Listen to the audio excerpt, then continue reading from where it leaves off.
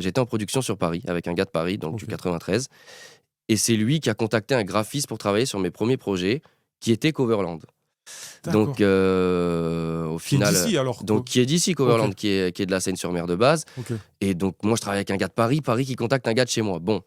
Et du coup, au final, on est rentré en contact, lui et moi, parce qu'avec mon producteur, ça passait pas. Mais moi, j'aimais beaucoup le travail que faisait Coverland. C'était hors OK. de question pour moi de travailler avec quelqu'un d'autre. Déjà dinguerie, donc vous êtes Dinguerie. pas loin quoi, Mais parce et que là, on parle de Brignoles-la ça, c'est il Seigne, y a c'est 3 ans. d'accord. C'est il y a 3 ans. OK, incroyable. Et du coup, bon, ben, on prend contact et le feeling passe super bien au final. On travaille ensemble et par la suite, un jour, on se dit, bon, bah écoute, ça fonctionne bien tous les deux. Viens, on se rencontre, on va boire un café. Est-ce qu'on va voir s'il n'y a pas possibilité de faire quelque chose? Moi, j'avais déjà mon studio à Brignoles, lui avait son OK. activité qui fonctionnait déjà bien. Moi, j'étais en train de me lancer.